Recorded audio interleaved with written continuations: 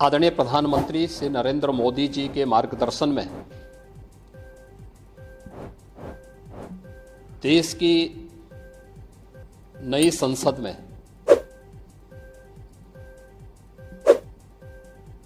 माननीय वित्त मंत्री जी ने देश का आम बजट प्रस्तुत किया है। यह बजट सर्वस्पर्शी, सर्वसमावेशी, विकासोन्मुख 140 करोड़ भारतवासियों की आशा, आकांक्षा और अमृत काल के संकल्पों को पूरा करने वाला सिद्ध होगा। आम बजट 2024-25 आत्मनिर्भर एवं विकसित भारत के निर्माण का एक आर्थिक दस्तावेज है। इस आम बजट में अंत्योदय की पावन भावना, विकास की असीम संभावना और नवोन्मेष की नवदृष्टि है। इस आम बजट में अन्नदाता किसानों की समृद्धि के लिए 1,52,000 करोड़ रुपए, कृषि और सहायक सेक्टर के लिए, महिला सशक्तिकरण के लिए 3 लाख करोड़ रुपए से अधिक का प्रावधान किया गया है। स्वाभाविक रूप से आधी आबादी, देश के सबसे बड़े राज्य उत्तर प्रदेश की आधी आबादी इससे सर्वाधिक लाभान्वित होने वाली है, और खासतौर पर तब जब उत्तर प्रदेश 2020 से ही मिशन शक्ति के कार्यक्रम को प्रभावी ढंग से यहां पर जमीनी धरातल पर उतार रहा है। सर्वाधिक अन्नदाता किसान उत्तर प्रदेश के अंदर निवास कर रहा है। उन अन्नदाता किसानों की समृद्धि में आज संसद में प्रस्तुत आम बजट बड़ी भूमिका का निर्वहन करने वाला है। युवाओं के लिए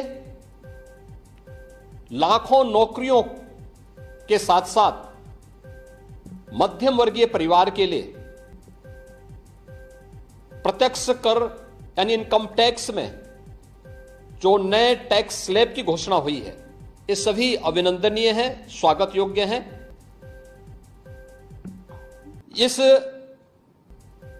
पूरे बजट को अगर मैं कह सकता हूं कि यह बजट भारत को $5 ट्रिलियन की इकोनॉमी में बदलने के संकल्प के साथ ही दुनिया के ग्रोथ इंजन के रूप में भारत की भूमिका को और विकसित भारत की संकल्पना को साकार करने का एक आर्थिक दस्तावेज के रूप में यह देश की संसद में प्रस्तुत किया गया है। इस 140 करोड़ जनता जनार्दन के लिए समर्पित, उनकी आशा, उनकी आकांक्षा और अमृत काल के संकल्पों को पूरा करने वाले इस बजट के लिए मैं आदरणीय प्रधानमंत्री जी के प्रति आभार व्यक्त करता हूं। माननीय केंद्रीय वित्त मंत्री माननीय श्रीमती निर्मला सीतारमण जी को और उनकी पूरी टीम का मैं अभिनंदन करता हूं। मध्यम वर्ग को राहत देने के लिए आम बजट में जो उपाय किए गए उसको लेकर क्या कहें? देखिए, मध्यम वर्गीय परिवार में टैक्स के बारे में सबसे बड़ी छूट आज उपलब्ध हुई है, और यह लंबे वर्ष समय से यह मांग चली आ रही थी। 3 लाख तक के प्रत्यक्ष कर यानी इनकम टैक्स में कोई भी टैक्स नहीं लगेगा।